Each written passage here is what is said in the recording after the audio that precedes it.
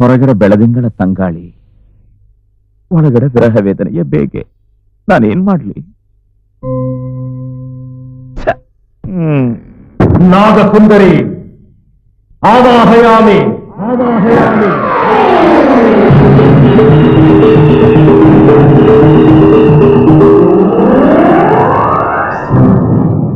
ನಾಗಸುಂದರಿ ಆವಾಹಯಾಮಿ ಆವಾಹಯಾಮಿ.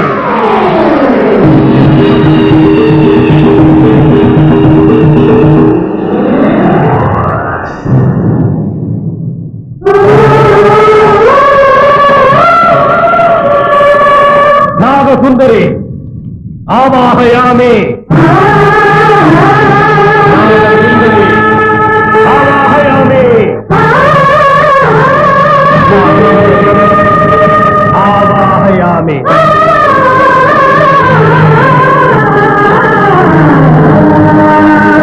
ನಾಗಸುಂದರಿ, ಆಗಲೇ ವ್ರತ ಎಲ್ಲ ಮುಗಿದೋಯ್ತು ಅಂತ ತಿಳ್ಕೊಂಡ್ಬಿಟ್ಯಾ? ಶಿವಲಿಂಗ ಬದುಕ್ತಾನೆ ಅಂತ ಅಂದ್ಕೊಂಡ್ಬಿಟ್ಯಾ? ವಂಶೋದ್ಧಾರಕ ಹುಟ್ಟಾನೆ ಅಂತ ಅನ್ಕೊಂಡ್ಬಿಟ್ಯಾ? ಯಾವ ಕಾರಣಕ್ಕೂ ಅದು ಸಾಧ್ಯ ಇಲ್ಲ. ಈ ಕ್ಷಣದಿಂದ ನೀನು ನನ್ನ ಬಂದಿಯಾಗಿರ್ಬೇಕು. ಅದು ಅಸಾಧ್ಯ.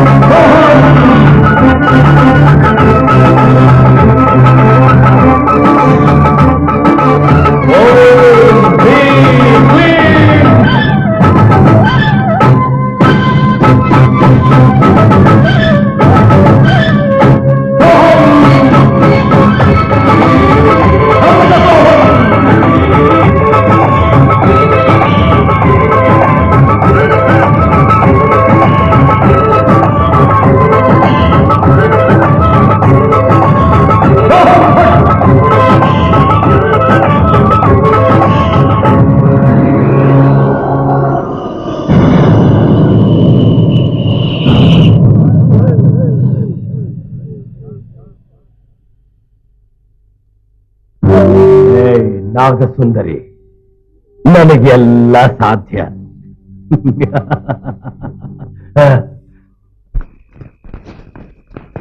ಯಾರು ನೀವು? ಅರ್ಧ ರಾತ್ರಿಯಲ್ಲಿ ಯಾಕೆ ಇಲ್ಲಿಗೆ ಬಂದಿದ್ದೀರಾ? ನಾನೇ ಕಟ್ಟಿದ್ದಮ್ಮ. ಇವರೆಲ್ಲ ಹಾವಳಿಯವರು. ಇವರ? ಹಾ, ಯಾಕತ್ತೆ? ಇವತ್ ಸಂಜೆ ನಮ್ ಕಾಂಪೌಂಡ್ ಅಲ್ಲಿ ದೊಡ್ಡ ಹಾವು ಬಂದ್ಬಿಡ್ತು. ಹೌದಾ? ಅದು ಸಾಮಾನ್ಯ ಹಾವಲ್ಲ. ನಡಿ ಉದ್ದ, ಇಷ್ಟು ದಪ್ಪ. ಅದನ್ನ ಹಿಡಿಯೋ ಸುಮ್ನೆನಾ? ಅದಕ್ಕೆ ಇಷ್ಟೊಂದು ಜನ ಕರ್ಸಿರೋದು. ಏನ್ರಪ್ಪ ನೋಡ್ತಾ ನಿಂತಿದ್ದೀರಾ? ಮೊದ್ಲೋಗಿ ಹಾವು ಹಿಡೀರಿ. ಅಯ್ಯ,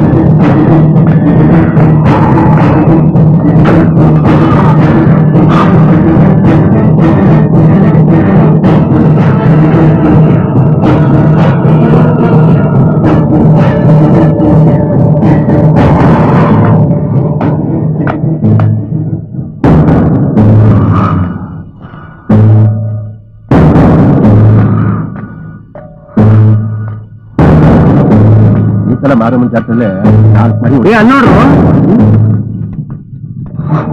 ಅವ್ರು ನಂದಿನಿ ಅಲ್ವಾ? ಹೌದು, ಚಿಕ್ಕನ ಹಿಂದೆ ಹೋಗ್ತಾರಲ್ಲ, ಅದು ಇಷ್ಟೊತ್ತಾಗೆ.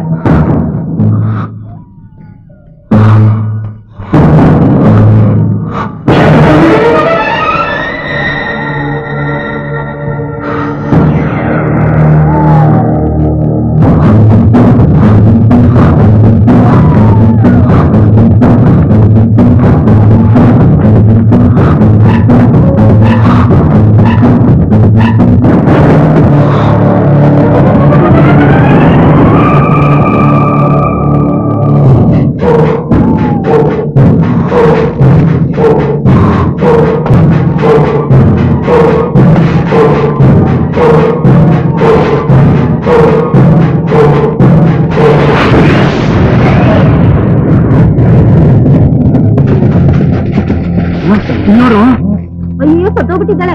ನೋಡು, ನಮ್ ಚಿಕ್ಕ ಯಜಮಾನ್ರು ಏನ್ ಮಾಡ್ಬಿಟ್ಟವ್ರೆ? ಹೌದಲ್ಲ, ಏನ್ ಬಂತಪ್ಪ ಕೆಟ್ಟ ಕಾಲ.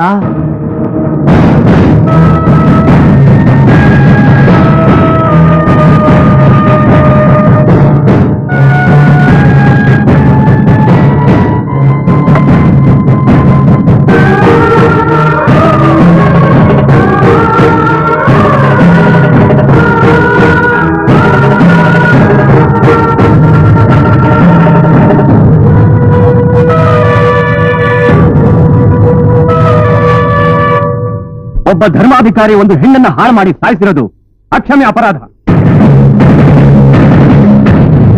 ಅತ್ಯಾಚಾರ ಕೊಲೆ ಮಾಡಿದವನಿಗೆ ಏನ್ ಶಿಕ್ಷೆ ಕೊಡ್ತೀರಾ? ನೇಣಿಗಮ್ಮದ ಶಿಕ್ಷೆನೆ ಕೊಡ್ಬೇಕು. ನಾವು ನಮ್ಮ ತಾಯಿಗೆ ಅನ್ನ ಹಾಕ್ಲಿಲ್ಲ ಅಷ್ಟೇ, ಇವನು ತನ್ನ ಸ್ವಂತ ಮಾವನ ಮಗಳನ್ನ ಸಾಯಿಸ್ಬಿಟ್ಟ.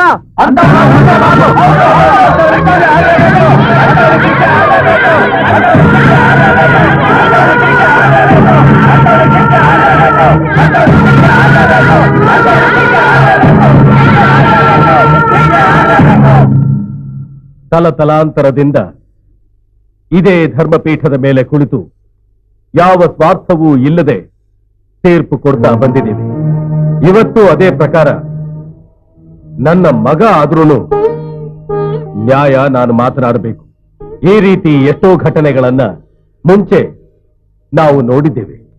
ಆವಾಗ ಏನು ಶಿಕ್ಷೆ ಕೊಡಬೇಕು ಅಂತ ನಾವು ತೀರ್ಪು ಕೊಟ್ಟಿದ್ದೆವು. ಗುರುಗಳೇ, ಶಿವಲಿಂಗದ ವಿಷಯದಲ್ಲಿ ನಡೆಸಬೇಕು ಅಂತ ದೊಡ್ಡವರಾದ ನಿಮ್ಮನ್ನ ನಾನು ಬೇಡ್ಕೋತಾ ಇದ್ದೀನಿ. ಅಂದ್ರೆ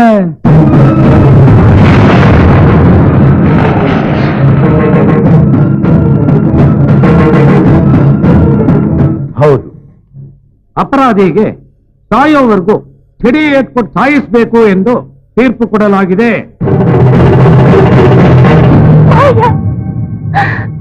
ನ್ಯಾಯ ಧರ್ಮಕ್ಕೋಸ್ಕರ ಪ್ರಾಣ ಕೊಡುವ ವಂಶ ನಿಮ್ದು. ಅಂಥದ್ರಲ್ಲಿ ನಿಮ್ ಮಗ ತಪ್ಪು ಮಾಡಿದ್ದಾರೆ ಅಂದ್ರೆ ನೀವು ನಂಬ್ತೀರಾ? ನಂಬಿಕೆ ಪ್ರಶ್ನೆ ಅಲ್ಲಮ್ಮ. ನಿನಗೆ ಗಂಡನಾಗಿ ನನಗೆ ಮಗನಾಗಿ ಅವನ ಮೇಲೆ ನಮಗೆ ನಂಬಿಕೆ ಇರಬಹುದು. ಆದ್ರೆ ಅವನು ತಪ್ಪು ಮಾಡಿರೋದಕ್ಕೆ ಇವರೆಲ್ಲ ಪ್ರತ್ಯಕ್ಷ ಸಾಕ್ಷಿ. ಸತ್ತಿದ್ದು ನಮ್ಮನೆ ಮಗು ಆದ್ರೂ ನ್ಯಾಯ, ನೀತಿ, ಧರ್ಮ ಎಲ್ರಿಗೂ ಒಂದೇ. ಜನಗಳ ತೀರ್ಪೇ ಜನಾರ್ದನ ತೀರ್ಪು. ನನ್ನ ಕ್ಷಮಿಸಮ್ಮ. ಮಾವಯ್ಯ, ನಾನು ಯಾಕೆ ಈ ವ್ರತ ಮಾಡ್ತಿದ್ದೀನಿ ಅಂತ ನಿಮಗ್ ಗೊತ್ತಿಲ್ವಾ ಮಾವಯ್ಯ? ಈ ಮನೆ ಸೊಸೆಯಾಗಿ ಬಂದು ಯಾರಿಗೂ ಸುಖ ಸಂತೋಷ ಕೊಡ್ಲಿಲ್ಲ, ನನಗೂ ನೆಮ್ಮದಿ ಸಿಗ್ಲಿಲ್ಲ. ಈ 24 ಗಂಟೆ ಅವಕಾಶ ಕುರಿ ಮಾವಯ್ಯ. ಆ ವ್ರತ ಮುಗಿಯುತ್ತೆ, ನಮ್ಗೆ ಹಿಡಿದಿರೋ ಪೀಡೆಗಳೆಲ್ಲ ತೊಲಗುತ್ತೆ. ಅಲ್ಲಿವರೆಗೂ ಈ ಶಿಕ್ಷಣ ಕಾಯ್ದಿರ್ತಿ ಮಾವಯ್ಯ. ಇದು ನನ್ನ ತೀರ್ಪಲ್ಲಮ್ಮ, ಜನಗಳ ತೀರ್ಪು. ನಾನು ಈ ಸ್ಥಾನದಲ್ಲಿ ಕೂತ್ಕೊಂಡು ಅವರನ್ನ ಕೇಳಬಾರ್ದು. ನೀನೇ ಕೇಳಮ್ಮ.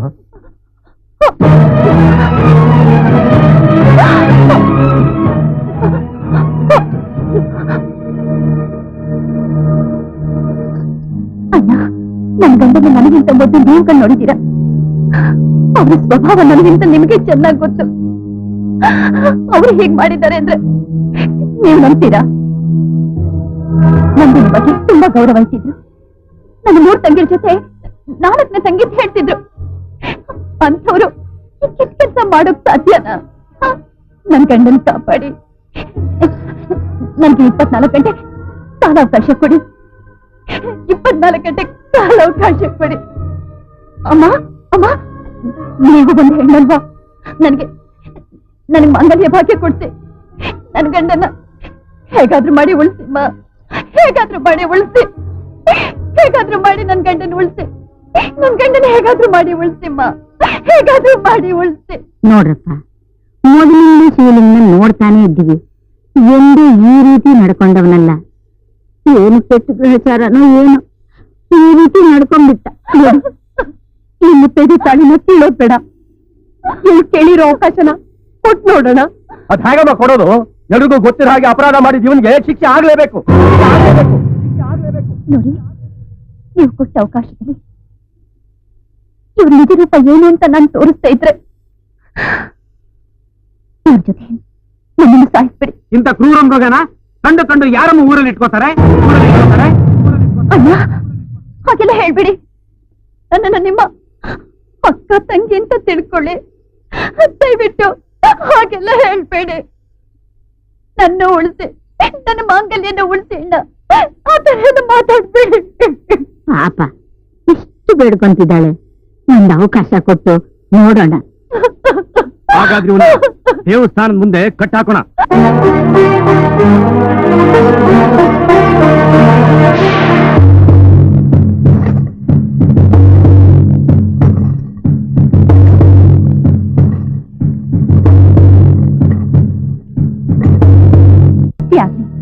ನೀನ್ ನನ್ನ ಮನೆ ದೇವರು. ಆ ಶಿವಲಿಂಗನಿಗೆ ತೀರ್ಪು ಕೊಟ್ಟು ಅವನ್ನ ಸಾಯೋಗ್ ಮಾಡಿದ್ಯಾ. ಅವನ್ ಸತ್ತ ಮೇಲೆ ಈ ಆಸ್ತಿ ಎಲ್ಲ ನನಗೆ ನನ್ನ ಮಕ್ಕಳಿಗೆ ಸೇರುತ್ತೆ ಸ್ವಾಮಿ. ಧರ್ಮಾಧಿಕಾರಿ ಸ್ಥಾನದಲ್ಲಿ ಕೂತ್ಕೊಂಡು ತೀರ್ಪು ಹೇಳಬೇಕಾದ ನಾನು ಯಾವಾಗ ಅಪರಾಧಿ ಸ್ಥಾನದಲ್ಲಿ ನಿಂತ್ಕೊಂಡು ಆವಾಗ್ಲೇ ಎದೆ ಹೊಡ್ಕೊಂಡು ಸಾಯ್ಬೇಕಾಗಿತ್ತು. ನಾನು ಪಾಪಾತ್ಮ, ಅದಕ್ಕೆ ಸಾಯ್ಲಿಲ್ಲ.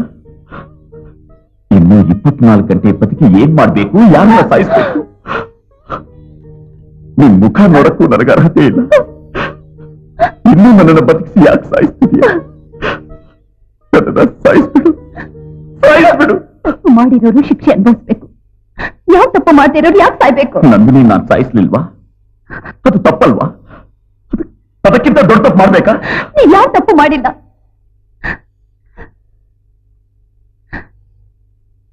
ತಪ್ಪು ಮಾಡಿರೋದು ನಿಮ್ ತಾಯಿ.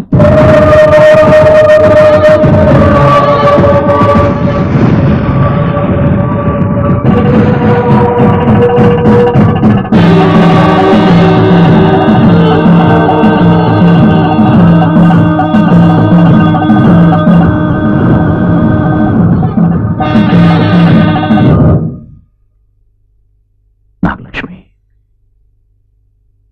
ಇಷ್ಟು ದಿನ ಈ ವಿಷಯ ನನಗೆ ಯಾಕೆ ಹೇಳಲಿಲ್ಲ? ನಿನ್ನ ತಾಯಿ ಮೇಲಿಟ್ಕೊಂಡಿದ್ದ ಪ್ರೀತಿಗೋಸ್ಕರ, ಅಭಿಮಾನಕ್ಕೋಸ್ಕರ ನಾನು ಯಾವತ್ತೂ ನಿಜನ ಹೇಳಕ್ಕಾಗ್ಲಿಲ್ಲ. ಈ ವಿಷಯನ ಯಾರ ಹತ್ರನೂ ಹೇಳ್ಬಾರ್ದು ಅಂತ ನಂದಿನಿ ತನ್ಮೇಲೆ ಆಣೆ ಮಾಡಿಸ್ಕೊಂಡಿದ್ಲು. ಆದ್ರೆ ಇವತ್ತು ನಂದಿನಿ ಜೀವಂತವಾಗಿಲ್ಲ. ಅದಕ್ಕೋಸ್ಕರ ನಿಜ ಹೇಳ್ತಾ ಇದ್ದೀನಿ.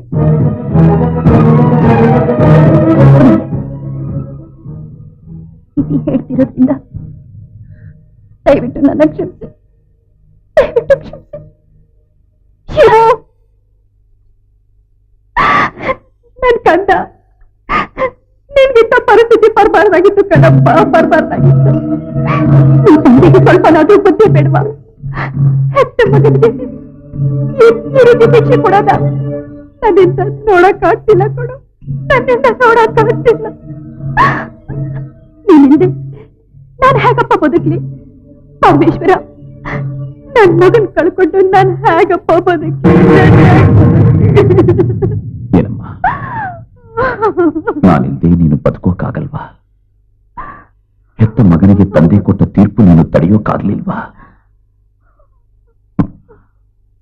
ಈ ಮಾತುಗಳು ನಿನ್ನ ಹೃದಯದಿಂದ ಬರ್ತಾ ಇದೆಯಾ, ಬರೀ ಬಾಯಿಂದ ಬರ್ತಾ ಇದೆಯಾ? ಶಿವು, ಅಮ್ಮ, ನಾಟಕದಲ್ಲಿ ನಟನೆ ಮಾಡೋರ್ನ ನಾನು ನೋಡಿದ್ದೀನಿ, ನಿಜ ಜೀವನದಲ್ಲಿ ನಟನೆ ಮಾಡೋರ್ನ ಮೊದಲನೇ ಸಲ ಅದು ನಿನ್ನನ್ನು ನೋಡ್ತಾ ನಾನು ಹುಟ್ಟಿದಾಗ್ನಿಂದ ದಿವಸಕ್ಕೆ ಎಷ್ಟು ಸಲ ಅಮ್ಮ ಅಮ್ಮ ಅಂತ ಕರೀತಿದ್ದೆ. ಅಮ್ಮ ಅಂತ ಕೂಗಿದಕ್ಕಾದ್ರೂ ಒಂದಿಷ್ಟು ಪ್ರೀತಿ ತೋರಿಸಿದ್ದಿದ್ರೆ ಇವತ್ತು ನನಗೆ ಇಂಥ ಪರಿಸ್ಥಿತಿ ಬರ್ತಿರ್ಲಿಲ್ಲಮ್ಮ. ನನಗೆ ಹೆತ್ತ ತಾಯಿಗೂ ಮಲತಾಯಿಗೂ ಎಷ್ಟು ವ್ಯತ್ಯಾಸ ಇದೆ ಅಂತ ಈಗ ನನಗೆ ಗೊತ್ತಾಗ್ತಿದೆ. ಅದೇ ನನ್ನ ಹೆತ್ತ ತಾಯಿಯಾಗಿದ್ರೆ ಈ ರೀತಿ ಮಾಡ್ತಿದ್ಯ? ಯಾರೋ ಹೆತ್ತ ಮಗ ಅಂತ ತಿಳ್ಕೊಂಡು ಚಿಕ್ಕ ವಯಸ್ಸಿನಲ್ಲೇ ವಿಷ ಕುಡಿಸಿ ನನ್ನನ್ನ ಯಾಕಮ್ಮ ವಿಷಮನುಷ್ಯ ಮಾಡಿದ್ಯಾ? ಯಾಕಮ್ಮ ನನಗೆ ಮದುವೆ ಮಾಡಿಸಿದೆ? ಅಮಾಯಕಳ ನಂದಿನಿನ ಸಾಯಿಸಿ ಒಬ್ಬ ಹಂತಕನಾಗಿ ಇಷ್ಟು ಜನರ ಮುಂದೆ ನಿಂತ್ಕೊಳ್ಳೋ ಪರಿಸ್ಥಿತಿಗೆ ಯಾಕಮ್ಮ ತಂದೆ? ಅಮ್ಮ, ಆ ಶ್ರೀರಾಮಚಂದ್ರ ಪ್ರಭು ಕೈಕೇಯಿ ಮಾತಿಗೋಸ್ಕರ ಹೆಂಡತಿನ ಕರ್ಕೊಂಡು ಕಾಡಿಗೆ ಹೋದ. ಶಿವು, ನೀನು ಸತ್ರೆ ಈ ಆಸ್ತಿಲ್ಲ ನನ್ನ ಹೆಣ್ಮಕ್ಕಳಿಗೆ ಬರುತ್ತೆ ಅಂತ ನೀನು ಒಂದು ಮಾತು ಹೇಳಿದ್ರೆ ಸಾಕಾಗಿತ್ತು. ಆವತ್ತೇ ನಿನ್ ಪಾದಗಳ ಮೇಲೆ ಬಿದ್ದು ಸಾಯ್ತಿದ್ದೆ. ತಾಯಿಗೋಸ್ಕರ ಪ್ರಾಣ ಕೊಡೋ ಈ ಮಗನ್ನ ಯಾಕಮ್ಮ ಈ ರೀತಿ ಸಾಯಿಸ್ತಿದ್ಯಾ? ಯಾಕಮ್ಮ ಈ ರೀತಿ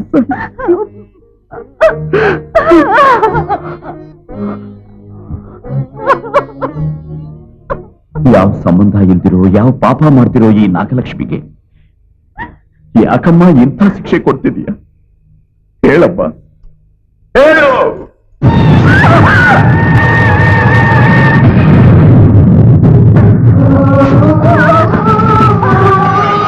ತಾಯಿ ಇಲ್ಲದ ತಪ್ಪಲಿಯಾದ ನನ್ನ ಮಗನ್ನ ಪ್ರೀತಿಯಿಂದ ಬೆಳೆಸೋದಕ್ಕೆ ಒಬ್ಬ ತಾಯಿ ಬೇಕು ಅಂತ ನಾನ್ ನಿನ್ನ ಮದುವೆ ಆದೆ. ಆದ್ರೆ ನೀನು ಮಾಡಿದ್ದೇನು? ತಾಯಾಗಿ ಅವನಿಗೆ ಹಾಲು ಕುಡಿಸೋದಕ್ಕೆ ಬದಲು ಹಾಲ ಕೊಟ್ಟೆ. ನಾನು ನಿನ್ನ ಮೇಲಿಟ್ಟಿದ್ದ ಭರವಸೆನೆಲ್ಲ ನೀರಲ್ಲಿ ಹೋಮ ಮಾಡಿದ ಹಾಗೆ ಹಾಳು ಮಾಡಿಬಿಟ್ಟೆ. ಕೊನೆಗೆ ನೀನಿಂದ ವಿಷ ಜಂತು ಮಾಡಿಬಿಟ್ಟೆ. ರಾಕ್ಷಸಿ, ನಿನ್ನಂಥ ನೀಚಲು ಬದುಕಿದ್ರೆ ಹೆಣ್ಣು ಕುಲಕ್ಕೆ ಅವಮಾನ, ತಾಯಿ ಅನ್ನೋ ಪದಕ್ಕೆ ಕಳಂಕ. ನೀನು ಬದುಕಿರಬಾರದು. ನಾನು ಮಾಡಿದ್ದು ಕೊಲೆ ಅಲ್ಲ, ನಿನಗೆ ನಾನು ಕೊಟ್ಟ ಧರ್ಮ ತೀರ್ಪು.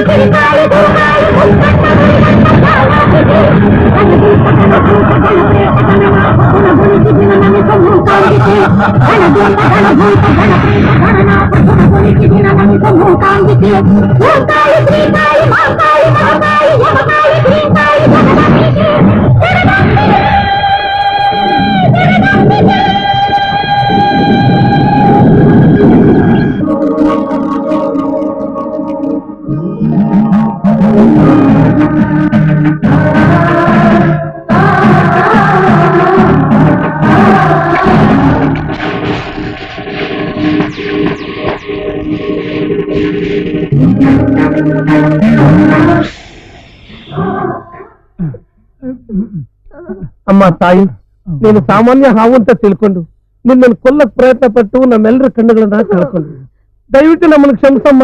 ದಯವಿಟ್ಟು ನಮ್ಮನ್ನು ಕ್ಷಮಿಸಮ್ಮ.